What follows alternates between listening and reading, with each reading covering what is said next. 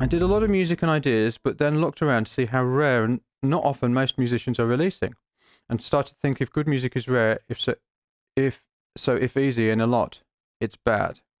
Yeah, so I didn't run to release bad music. My perception changed according to what I think, and eventually I stopped releasing, started to judge myself upon this criteria. So, yeah, so that is a mistake. Looked around and see how rare and not often most musicians are releasing. So, if you're talking about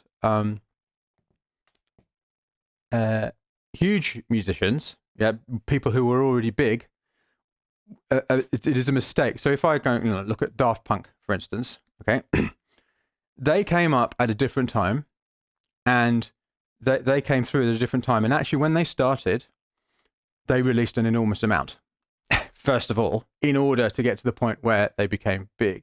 But also, this was back in the 90s they started releasing, okay? Plus, a lot of the stuff they are releasing, they won't have released it as a Daft Punk, okay? So Stardust is a good example of something that they were involved in, yeah? Also, they work on a lot of other music as well, okay? So they are actually making an enormous amount of music, plus they make an enormous amount of music without releasing it as well. I mean, they must, otherwise they wouldn't be that good. Okay, so it is very easy to make that mistake. The other thing to bear in mind is the music industry is fundamentally different now to when most, not all, most of the huge people are, the music industry is different from when they started. So if you are starting from kind of ground zero or near it, yeah, like as music is the thing that attracts the audience, releasing rarely is not going to cut it unless you've got a huge marketing budget. Guess who has huge marketing budgets? Big labels. So they can replace consistency and frequency of releasing, and it's got to be good music, understand? Yeah, like frequency and consistency of releasing doesn't mean bad music, doesn't have to. Yeah, so huge labels can replace that. They can get the footprint by spending an enormous amount of money and using their network to reach lots of people. And the model of big, people, musicians who are really big is like each release kind of has to get the most juice.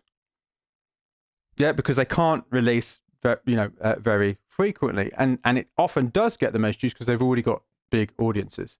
So, like looking around at what other musicians who you aspire to do and see how often they release is, I would say, a very, very it's an ineffective way of thinking what you want to be doing.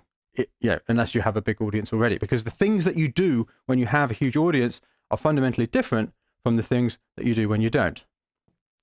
The other thing to say about this is that I have spoken to a number of people who are kind of at the top of the game, and they are saying that it's getting harder and harder with infrequent releasing.